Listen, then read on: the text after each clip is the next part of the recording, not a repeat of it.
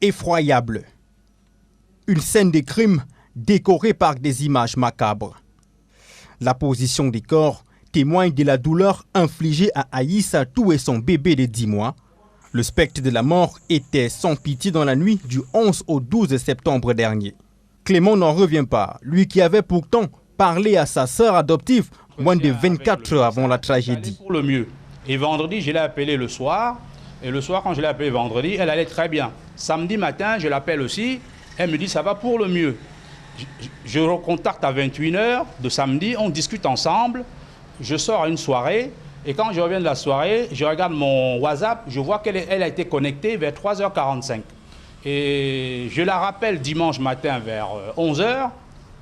Pas de nouvelles. Le téléphone sonne normalement, mais personne ne répond. Interné dans un centre de santé de la place, le conjoint de la défunte a lui aussi tenté de rentrer en contact avec sa dulcinée, mais sans succès. C'est comme si on s'est relayé. Parce qu'au moment où moi j'entre à l'hôpital, ce jour-là qu'elle est sortie,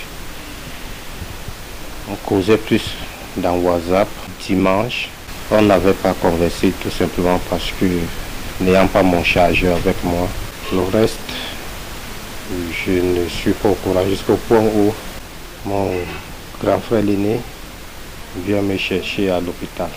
C'est arrivé à la maison que le tonnerre s'abat sur moi. C'est lui, le grand frère, qui dit avoir été alerté par son cadet du silence de sa femme.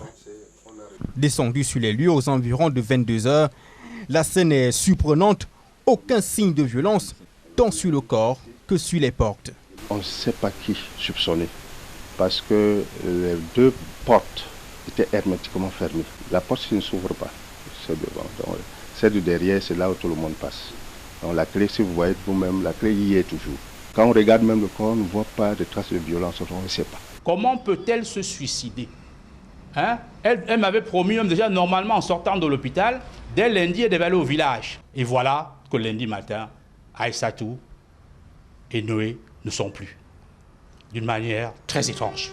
Qui aurait pu commettre un tel crime? Mais qui se serait introduit dans cette maison si ce n'est un proche? L'enquête et l'autopsie exposeront le suspect. Lorsque nous quittions les lieux, l'on a appris que c'est le 3e cas de décès dans cette famille, fidèle d'une église de Reveil. Dans son premier ménage, Hector a perdu 2 de ses enfants il y a quelques années.